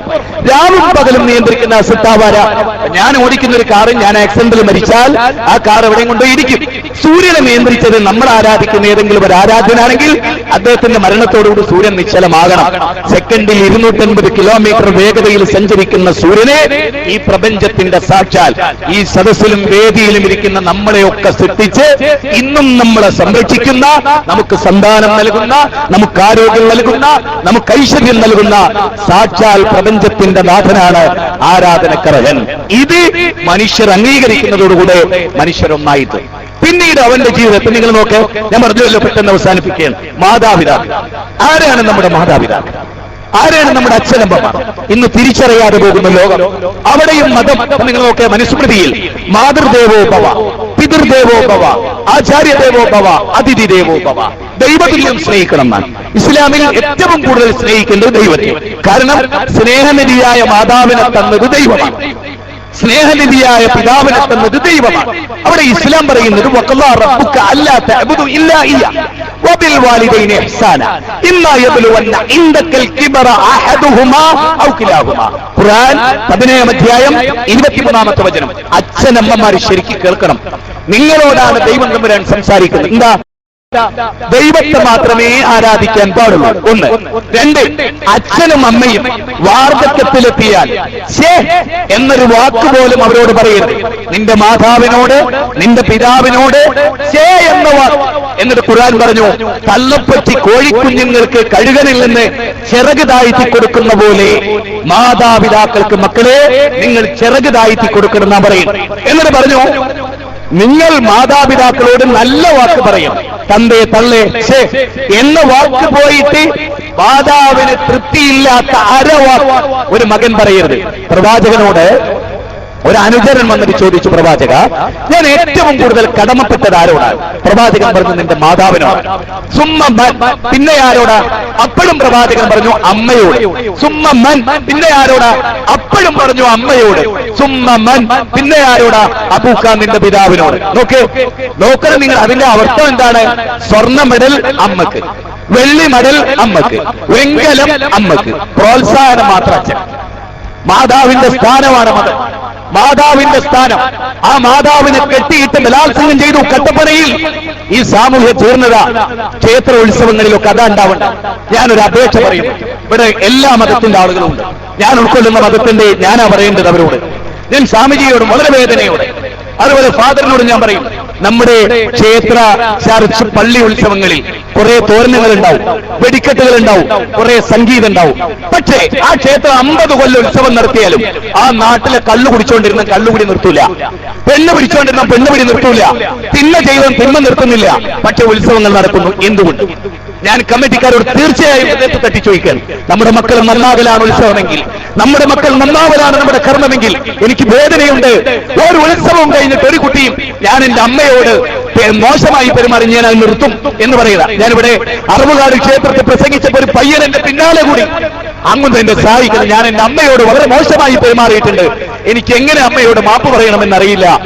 ഇങ്ങനെ മനുഷ്യരെ മാറ്റലാവണം നമ്മുടെ പ്രബോധനത്തിന്റെയും ഉത്സവങ്ങളുടെയും. അതിൽ വളരെ പ്രധാനമാണ് എനിക്ക് നിങ്ങളോട് പറയാനുള്ളത് അമ്മയുടെ സ്ഥാനം. ഏറ്റവും കൂടുതൽ വൃദ്ധസദനമുള്ളത് നമ്മുടെ തിരുവനന്തപുരത്താണ്. ഏറ്റവും കൂടുതൽ സൈബർ കുറ്റകൃത്യങ്ങൾ നടക്കുന്നത് തിരുവനന്തപുരത്താണ്.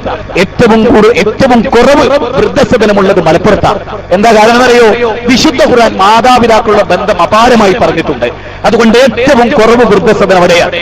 അതുകൊണ്ട് എനിക്ക് നിങ്ങളോട് പറയാനുള്ളത്, അച്ഛനെ അമ്മയെ അനാദരിക്കരുത്, വൃദ്ധസദനത്തിൽ കൊണ്ടുപോയി ചേർക്കരുത്. ഞാൻ 7 മക്കളിൽ ഒരുവനാണ്. എനിക്ക് 5 പെൺകുട്ടികളാണ്. 5 പെൺകുട്ടികളെ എനിക്കുള്ളത്. എന്റെ ബീജത്തിൽ പറഞ്ഞ 5 മക്കൾ, 5 പെൺകുട്ടികൾ. പെണ്ണിന്റെ വില ഒരിക്കലും നമ്മൾ മനസ്സിലാക്കിയിട്ടില്ല. പിതാ രക്ഷിതി കൗമാരെ ഭർത്താ രക്ഷിതി യൗവനെ പുത്രോ രക്ഷിതി വാർദ്ധക്യേ രക്ഷന്തിസ്തവരേ പുത്ര നസ്ത്രീ സ്വാതന്ത്ര്യമർഹിനി. അച്ഛന്റെ കരവലയത്തിൽ, സ്നേഹത്തിൽ, കരുണയിൽ, ആർദ്രതയിൽ വളരുന്ന മകൾ അവളുടെ മാറിടം പിച്ചിച്ചേന്തി അവളെ ബലാത്സംഗം ചെയ്തു. അവളുടെ വേദനകൾ, അവരുടെ കണ്ണീരുകൾ, സൗമ്യയുടെ കണ്ണീരുകൾ, ജ്യോതിമോളുടെ കണ്ണീരുകൾ, എന്റെ അനുജത്തിമാരുടെ കണ്ണീരുകൾ വീണ് ഈ ആർഷഭാരതത്തിന്റെ മാറിഷാദ എന്ന് പറഞ്ഞ ആ മഹാനുഭാവൻ എവിടെ? വാൽമീകി എവിടെ? വാൽമീകിയുടെ രാമൻ എവിടെ? അയോധ്യ എവിടെ? ഈ സംസ്കാരം എവിടെ? അതൊക്കെ നമുക്ക് തകർന്നുപോയി. ആരാ അതിന്റെ കാരണക്കാർ? അത് ആലോചിക്കണം. പ്രവാചക തിരുമേനി ഒരിക്കൽ ഒരാള് യുദ്ധം ചെയ്യാൻ വേണ്ടി പ്രവാചകന്റെ സന്നിധിയിൽ വന്നു. പ്രവാചകൻ ചോദിച്ചു, ആരാ വീട്ടിലുള്ളത്? വയോവൃദ്ധയായ കണ്ണ് കാണാത്ത എന്റെ ഉമ്മ എന്ന് പറഞ്ഞു. പ്രവാചകൻ പറയുകയാണ്, നീ പോരാടി യുദ്ധം ചെയ്ത് ദൈവത്തിന്റെ പ്രീതി ആഗ്രഹിക്കുന്നുണ്ടെങ്കിൽ ഏറ്റവും വലിയ ജിഹാദ് സ്വന്തം അമ്മയെ സംരക്ഷിക്കലാണ്. അവിടെ ചെന്ന് അമ്മയെ സംരക്ഷിക്കലാകുന്നു ജിഹാദ്. ജിഹാദ് എന്ന് പറഞ്ഞാൽ മുസ്ലിങ്ങളെ കൊല്ലലല്ല, അമ്മയെ സംരക്ഷിക്കലാണ് ജിഹാദ്. 3 പെൺകുട്ടി ഉണ്ടായ ഒരാൾ 3 പെൺകുട്ടിയെ നന്നായി പഠിപ്പിച്ചാൽ അയാൾ ജിഹാദിലാണ്. സ്വന്തം ശരീരത്തിലെ ഇച്ഛകൾ, വൃത്തികേടുകൾ അത് നിയന്ത്രിക്കുന്നവനാണ് ജിഹാദ് ചെയ്യുന്നവൻ എന്നാ പ്രവാചകൻ പറഞ്ഞു. അതുകൊണ്ട് വൃദ്ധസദനങ്ങൾ ഉണ്ടാകരുത്. എനിക്ക് നിങ്ങളോട് വിനീതമായ ഒരു കാര്യം പറയാനുണ്ട്. ഭ്രൂണഹത്യ ചെയ്യരുത്. ഭ്രൂണഹത്യ ചെയ്യരുത്. വിശുദ്ധ ഖുർആൻ 6 സ്ഥലങ്ങളിൽ പറഞ്ഞു ഭ്രൂണഹത്യ ചെയ്യരുത്. ഏതെങ്കിലും സ്ത്രീയുടെ ഗർഭപാത്രത്തിൽ ഒരു കുഞ്ഞ് വളരുന്നുണ്ടെങ്കിൽ എനിക്ക് നിങ്ങളോട് പറയാനത് പെണ്ണാണെങ്കിൽ കൊല്ലരുത്. നിങ്ങൾ എന്റെ നമ്പറിൽ ബന്ധപ്പെട്ട് പ്രസവിക്കുന്നവരെയുള്ള ചെലവ് ഞാൻ വഹിച്ചോളും. ആ കുഞ്ഞിനെ എനിക്ക് തന്നാൽ മതി. കൊല്ലരുത്. ഒരു കാരണവശാലും ഒരു മനുഷ്യ കുഞ്ഞിനെ കൊല്ലരുത്. ഒരമ്മ 10 മാസം നൊന്ത് പ്രസവിച്ച ഒരു കുഞ്ഞിനെ എവിടെയോ ഇട്ടേച്ചു പോകുന്നത് ശരിയല്ല. ഒരമ്മയും ചെയ്യരുത്. ഒരമ്മയും ഒരു പുരുഷനും അതിന് കൂട്ടുനിൽക്കരുത്. അമ്മയെന്ന മഹാസൗഭാഗ്യം, കുഞ്ഞെന്ന മഹാസൗഭാഗ്യം അത് തിരിച്ചറിയാത്തവരാണ് നമ്മള്. അതുകൊണ്ട് ഒരിക്കലും ഭ്രൂണഹത്യ ഒരു കുട്ടിയെ ഗർഭപാത്രത്തിൽ വെച്ച് കശാപ്പ് ചെയ്യുമ്പോ ആ കുഞ്ഞ് കരയുന്നാൻ എന്നെ കൊല്ലരുതേ. വൈദൽ മഊദത്ത് സുയിലത് ബിഅയ്യി ദംബിൻ ഖുതിലത്. ഖുർആനിലെ 81-ാം അധ്യായം 8-9 വചനങ്ങളാണ്. എന്തിനാണ് മോളെ നിന്നെ ആ കാബാലികന്മാർ ജീവനോടെ കുഴിച്ചുമുടിയത് എന്ന് അവിടെ ചോദിക്കും. അതുകൊണ്ട് പെണ്ണിന്റെ സ്ത്രീധനം വാങ്ങരുത്, പെണ്ണിന്റെ കണ്ണീര് വീഴരുത്, ഒരു പെണ്ണും വാഹനത്തിൽ പീഡിപ്പിക്കപ്പെടരുത്, ഒരൊറ്റ കയ്യനും ഒരു സൗമ്യമോടെയും കൊന്നെടുക്കരുത്. അതിനെന്ത് വേണമെന്നറിയോ? അതിന് ഞാൻ 3ാമത് പറയുന്നത് ഇവിടെ ഉണ്ടാവണം. നേരെ ചൊവ്വേ നേരെ നിൽക്കാൻ അന്തസ്സും അഭിമാനവുമുള്ള സുഗതകുമാരി പറഞ്ഞൊരു വാക്കുണ്ട്. ഉയർന്ന ശിരസോടെ, നിവർന്ന നട്ടലോടെ, തെളിഞ്ഞ അഭിമാനത്തോടെ രാജ്യത്ത് സേവിക്കുന്ന ഒരു പൗരത്വണ്ടാവണം. നിങ്ങൾക്കറിയോ, കരുനാഗപ്പള്ളിയും ചാലക്കുടിയും തമ്മിൽ 3% വ്യത്യാസത്തിലാണ് കഴിഞ്ഞ കള്ളുകുടി പങ്കിട്ടെടുത്ത്. മനസ്സിലായോ? ഏറ്റവും കൂടുതൽ മദ്യപാനികൾ ചാലക്കുടി കുടിക്കുന്ന സ്ഥലം കോവിച്ചാലിട്ടിട്ട് നക്കി കുടിക്കാൻ അങ്ങനത്തെ ഒരു ജനത ഇവിടെ വളർന്നിട്ടുണ്ട്. കരുനാഗപ്പള്ളി ഏറ്റവും പിറകിലാന്ന് കേൾക്കണ്ട, ആ ചാലക്കുടിയുടെ തൊട്ട് പിറകിൽ. പിന്നെ എവിടെ മുസ്ലിങ്ങൾ ഏറ്റവും കൂടുതലുള്ള പൊന്നാനി 84 മസ്ജിദുണ്ട് സ്വാമിജി. അവിടെ ഇന്ന് വരെ മദ്യപാനത്തിന് ശ്രദ്ധിക്കാൻ മര്യാദയ്ക്ക് ഇവിടെ ഉസ്താദുമാരുണ്ടായിട്ടില്ല. പാവപ്പെട്ടവരെ ചൂഷണം ചെയ്ത് വിഴുങ്ങുകയല്ലാതെ മനുഷ്യരുടെ മോചനം ലക്ഷ്യം വെച്ചവർ വളരെ കുറവാണ്. നിങ്ങൾക്ക് എന്നെ കുറിച്ച് എന്ത് തോന്നിയാലും, എന്നെ എതിർക്കണമെന്നോ നിങ്ങൾ എതിർത്തോളൂ, എന്നെ ഉപദ്രവിക്കണമെന്നോ നിങ്ങൾക്ക് ഉപദ്രവിക്കാം. പക്ഷെ നമ്മുടെ അമ്മമാർ മക്കളെ കൊണ്ട് കണ്ണീര് കുടിക്കണം. ഞാൻ കണ്ടിട്ടുണ്ട്, മകന് കള്ളു കുടിച്ച് നടയിൽ കയറി വരുമ്പോ അമ്മ ഓടി എന്റെ വീട്ടിൽ വന്നിട്ടുണ്ട്. ആ ജന്തു വരുന്നുണ്ട്, എനിക്ക് കുറച്ച് കഴിഞ്ഞിട്ട് അവൻ അന്തി ഉറങ്ങിയിട്ടില്ലാതെ എനിക്ക് അവിടെ ചെല്ലാൻ കഴിയില്ല. ആ അമ്മമാരുടെ കണ്ണീരിന് മുമ്പിൽ, ഭാര്യമാരുടെ കണ്ണീരിന് മുമ്പിൽ, മക്കളുടെ കണ്ണീരിന് മുമ്പിൽ സ്നേഹം നൽകേണ്ട കൈകൾ പ്രഹരിച്ച് കവിൾപ്പടം പൊട്ടിച്ച മകളുടെ വേദനയുടെ മുമ്പിൽ മദ്യപിക്കരുത് എന്ന് എല്ലാ വേദവും പഠിപ്പിച്ചിട്ടുണ്ട്. ഞാൻ ചോദിക്കട്ടെ, പൂര ഉത്സവ ദിനങ്ങളിൽ എല്ലാ മതാഘോഷങ്ങളിലും ഏറ്റവും കൂടുതൽ വിളമ്പപ്പെടുന്നത് മദ്യമല്ലേ? ഏറ്റവും കൂടുതൽ വിളമ്പപ്പെടുന്നത് മയക്കുമരുന്നല്ലേ? നേരത്തെ ഉദ്ഘാടകൻ പറഞ്ഞു, 88 വയസ്സായിട്ടും ആരോഗ്യവാനായി ഞാൻ നിലനിൽക്കുന്നത് മദ്യമില്ല, മയക്കുമരുന്നില്ല, പുകവലിയില്ല. സാധിക്കുമോ? ഇസ്ലാം അതിശക്തമായി വിലക്കി. പ്രവാചകൻ മദ്യമുക്തമായ രാജ്യം ഭരിച്ചു, ദേശീയാലയമില്ലാത്ത രാജ്യം ഭരിച്ചു. കച്ചവടത്തിൽ, അളവിലും തൂക്കത്തിലും കൃത്രിമം കാണിക്കാത്ത ഒരു ജനതയെ ഇവിടെ വളരെ പ്രധാനമാണിത്. അതുകൊണ്ട് മദ്യത്തിൽ ശ്രദ്ധിക്കാൻ, അമ്മമാരുടെ കണ്ണീർ നടത്തി വരുത്താൻ, വയോവൃദ്ധകളായി അങ്ങ് വൃദ്ധസദനത്തിൽ പോയി കരഞ്ഞ് ജീവിതം പാഴാക്കിയ അമ്മയ്ക്ക് വേണ്ടി ഞാനിവിടെ സമർപ്പിക്കട്ടെ മാതൃത്വത്തിന്റെ മഹനീയ സ്നേഹബന്ധങ്ങൾ. അത് സ്വീകരിക്കാൻ നിങ്ങൾക്ക് സാധിക്കണം. എന്നെ വിളിച്ചതിൽ ഞാൻ നന്ദി പ്രകാശിപ്പിക്കുന്നതോടൊപ്പം സ്വാമിജി പറഞ്ഞ ഒരു പോയിന്റ്, തീവ്രവാദവും ഭീകരവാദവും അരങ്ങ് തകർക്കുന്ന ഒരു ലോകത്ത് ഞാൻ പറയുന്ന ഇസ്ലാം എന്ന പദത്തിന്റെ അർത്ഥം സമാധാനമാണ്. എന്റെ താടി കാണുമ്പോൾ ഒരുപക്ഷെ നിങ്ങൾ തെറ്റിദ്ധരിക്കും. നിങ്ങൾക്കറിയാലോ, ഞാൻ ഇങ്ങോട്ട് വരുമ്പോൾ ചട്ടമ്പി സ്വാമികളുടെ വലിയ പോസ്റ്ററുകളോടെ കണ്ട് മനോഹരമായ നീണ്ട താടി, ഗുരു നിത്യ ചൈതന്യേതി മനോഹരമായ നീണ്ട താടി, അതെ, അതുപോലെ രവീന്ദ്രനാഥ് ടാഗോർ നീണ്ട താടിയുള്ളവരാരും കുഴപ്പക്കാരായിരുന്നില്ല.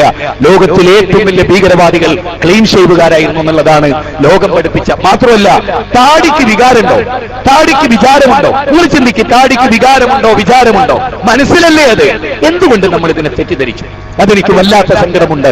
താടി വെച്ച ഒരാൾക്ക് കള്ളുഷാപ്പിന് മുമ്പിൽ ക്യൂ നിൽക്കാൻ പറ്റില്ല. താടി വെച്ച ഒരാൾക്ക് വേശ്യാലയത്തിന് മുമ്പിൽ ഒരു മൗലവി ഒരു താടി നീട്ടി ഒരു സ്വാമിജി എന്ന് ചോദിക്കാറുകൾ, ഒരു കാഷായ വസ്ത്രവും ഒരു ഇതുവാക്കി വേശ്യാലയത്തിന് മുമ്പിൽ ആ സ്വാമിജിക്ക് അടിയിട്ടു. അത് മൗലവിയാണ്, മൗലവിക്ക് അടിയിട്ടും മുസ്ലിമാണ്, മുസ്ലിം. കാരണം എന്താ? അവർ ധാർമ്മികതയുടെ കാവലാളുകളാണ്. അപ്പൊ താടി നീട്ടിയാൽ ധാർമ്മികതയ്ക്ക് കൂടുതൽ പ്രൊട്ടക്ഷൻ കിട്ടും. താടി ഉണ്ടായാൽ വേറൊരു ഉപദ്രവം അതുകൊണ്ടില്ല. അതുകൊണ്ട് എനിക്ക് നിങ്ങളോട് പറയാൻ സ്വാമിജിയുടെ ഒരു വാക്ക് കൂടെ ഞാൻ കടമെടുക്കുന്നു. അതെന്താ? എന്റെ മതത്തിൽ ശരിക്കുള്ള സൗഹാർദ്ദം എന്ന് പറഞ്ഞാൽ എന്താ അറിയും? അതുകൂടെ ഞാൻ നിങ്ങൾക്ക് പറഞ്ഞുകൊണ്ട് അവസാനിപ്പിക്കാം.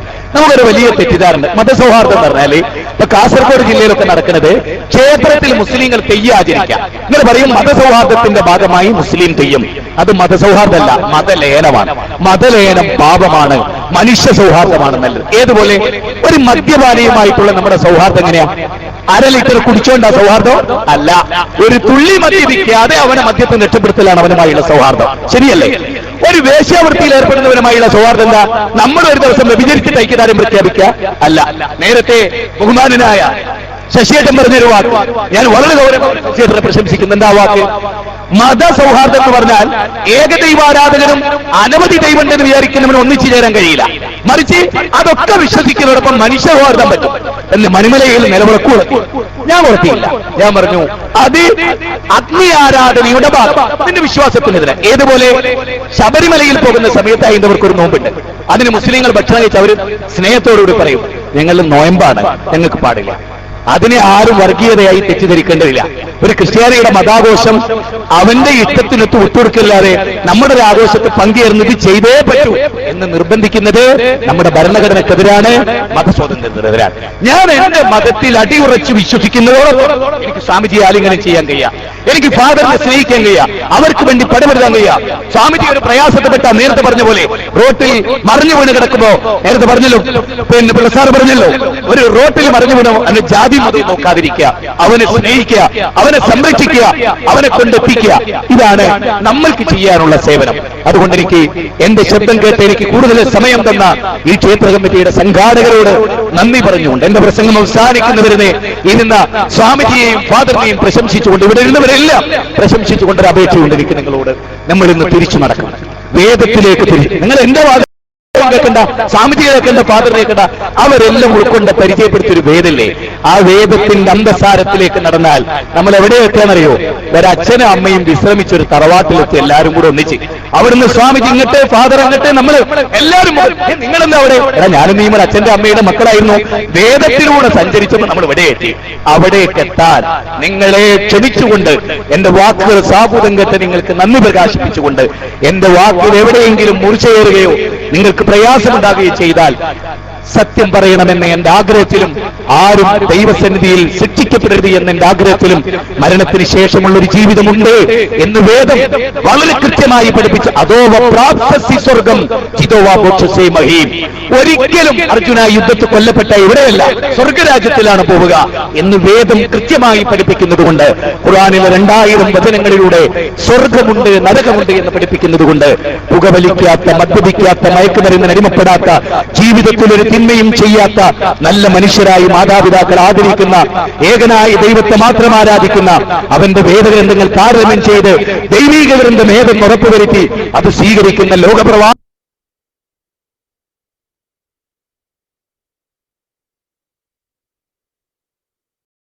ഗമയ മൃത്യുമാമൃതം ഗമയ ഓം ശാന്തി ശാന്തി ശാന്തി. അസത്യത്തിൽ നിന്ന് സത്യത്തിലേക്കുള്ള യാത്ര, ഇരുട്ടിൽ നിന്ന് വെളിച്ചത്തിലേക്കുള്ള യാത്ര. വിശുദ്ധ ഖുർആൻ പറഞ്ഞതാ, ഏറ്റവും സത്യത്തെക്കുറിച്ച് കേട്ട് ഏറ്റവും സത്യത്തെ ഉൾക്കൊണ്ട് അതിനനുസരിച്ച് ജീവിച്ചാൽ ദൈവത്തിൽ നിന്ന് മാർഗദർശനം ലഭിക്കും. അതുകൊണ്ട് എന്റെ പ്രിയപ്പെട്ടവരെ, എന്റെ വാചകങ്ങൾ നിങ്ങളുടെ മുമ്പിൽ സമർപ്പിച്ചുകൊണ്ട് നിങ്ങളുടെ ചർച്ചയ്ക്കും പഠനത്തിനും മനനത്തിനും ഇത് വിധേയമാക്കണമെന്ന് ഓർമ്മപ്പെടുത്തിക്കൊണ്ട്, ഇന്നലകളെപ്പോലെ ഇന്ന് വൈകുന്നേരം പോലെയുള്ള ഒരു ജീവിതമല്ല ഇനി നമ്മളിൽ നിന്ന് ഈ പ്രഭാഷണത്തിലൂടെ ഞാൻ ഉദ്ദേശിക്കുന്നത്. പഠിക്കാൻ, മനസ്സിലാക്കാൻ, വിലയിരുത്താൻ, തിന്മകളിൽ നിന്ന് വിട്ടുനിൽക്കാൻ, ആവശ്യമില്ലാത്ത ചടങ്ങുകൾ ഒഴിവാക്കാൻ, മനുഷ്യർക്ക് ഉപകാരമുള്ള ചടങ്ങുകൾ ഏർപ്പെടുത്താൻ, സംഗീതം കൊണ്ട്, സിനിമ കൊണ്ട്, സീരിയൽ കൊണ്ട് ലോകത്തിന് പ്രത്യേകിച്ച് വലിയ നന്മകളൊന്നും ഉണ്ടായിട്ടില്ല. ഈ വസ്തുത മനസ്സിലാക്കി ശരിക്കും മാനവനെ നന്നാക്കാൻ, നേരത്തെ പറഞ്ഞ ഹൃദയശുദ്ധിയുള്ള നല്ലൊരു മനുഷ്യനെ, കറയില്ലാത്ത, എല്ലാവരെയും സ്നേഹിക്കുന്ന, അലിവുള്ള, അനുകമ്പയുള്ള, ആർദ്രതയുള്ള നല്ല മനുഷ്യരെ സൃഷ്ടിക്കാൻ നമ്മുടെ മതപ്രബോധനത്തിന് സാധിക്കുമാറാകട്ടെ. അത്തരം അനുകൂലമായ ഒരു സാഹചര്യമാണ് ഇന്ത്യയിൽ ലോകമതങ്ങൾക്ക് അഭയം നൽകിയ സംഗമസ്ഥാനം എന്ന വിവേകാനന്ദൻ പറഞ്ഞ ഈ മഹത്തായ ഇന്ത്യ എന്നും പ്രശംസിക്കപ്പെടേണ്ടതാണ്. ആ രാജ്യത്ത് ജനിക്കാൻ കഴിഞ്ഞു എന്നതിൽ നമുക്ക് ദൈവത്തെ സ്തുതിക്കാം. പടച്ചതമ്പുരാൻ നമ്മെ അനുഗ്രഹിക്കട്ടെ. നല്ലത് കേട്ട് മനസ്സിലാക്കി ജീവിക്കാൻ പടച്ചവൻ നമ്മെ അനുഗ്രഹിക്കുമാറാകട്ടെ. അള്ളാഹു നമ്മെ അനുഗ്രഹിക്കുമാറാകട്ടെ എന്ന് പ്രാർത്ഥിച്ചുകൊണ്ട് റബ്ബനാ തഖബ്ബൽ മിന്നാ ഇന്നക അൻത സമീഉൽ അലീം വതുബ് അലൈനാ ഇന്നക അൻത തവ്വാബുർ റഹീം റബ്ബനാ ആതിനാ ഫിദ് ദുനിയാ ഹസന വഫിൽ ആഖിറതി ഹസനത വഖിനാ അദാബന്നാർ. അസ്സലാമു അലൈക്കും വറഹ്മത്തുള്ളാഹി വബറകാതുഹു.